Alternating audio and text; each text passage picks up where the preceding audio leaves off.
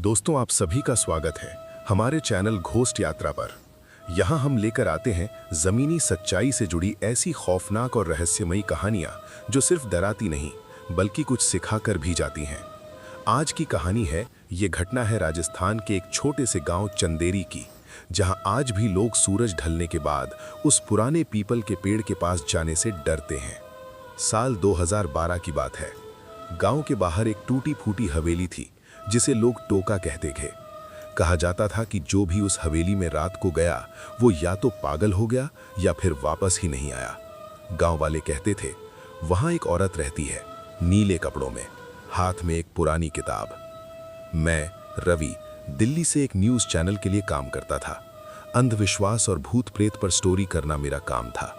जब मुझे इस गांव की कहानी पता चली तो मैंने इसे सिर्फ एक अफवाह समझा। मैंने तय किया सच खुद देखना है।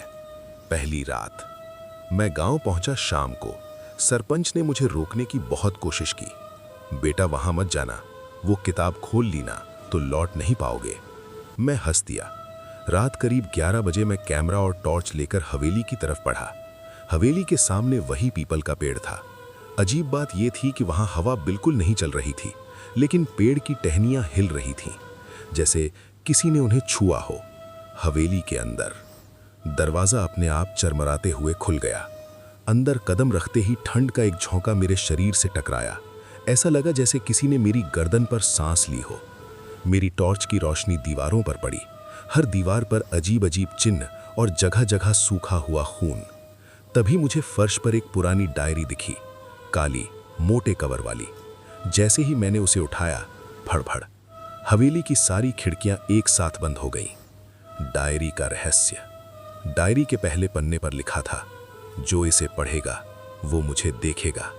मेरे हाथ कांपने लगे, लेकिन मैं रुका नहीं। डायरी में लिखा था एक औरत के बारे में। नाम था टोका। टोका गांव की सबसे सुंदर औरत थी, लेकिन उसे काले जादू का शौक था। वो रातों को इसी हवेली में तंत्र मंत्र करती थी। एक रात गांव वालों ने उसे रंगे हाथों पकड़ लिया, एक बच्चे की बलि देते हुए। गुस्से में गांव वालों ने टोका को इसी हवेली में जिंदा जला दिया। मरते समय टोका चिल्लाई थी, मेरी किताब पढ़ने वाला मेरी जगह लेगा। वो दिखाई दी। जैसे ही मैंने आखिरी लाइन पढ़ी, मेरी टॉर्च बुझ गई। पूरा अंधेरा। तभी मुझे महसूस हुआ कोई मेरे सामने बैठा है।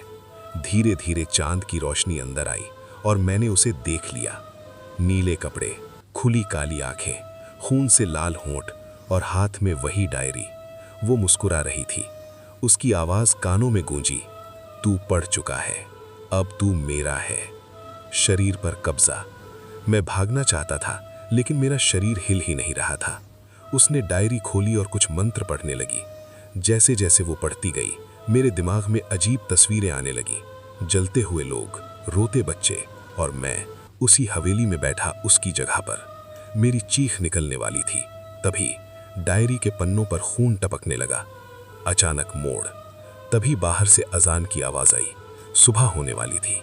टोका की मुस्कान गायब हो गई। वो चिल्लाई, पूरा नहीं हुआ मंत्र, लेकिन तू फिर आएगा। तेज हवा चली और मैं बेहोश हो गया। अगली सुबह जब होश आया, मैं हवेली के बाहर पड़ा था। कैमरा टूट चुका था, लेकिन मेरी जेब में वो डायरी थी।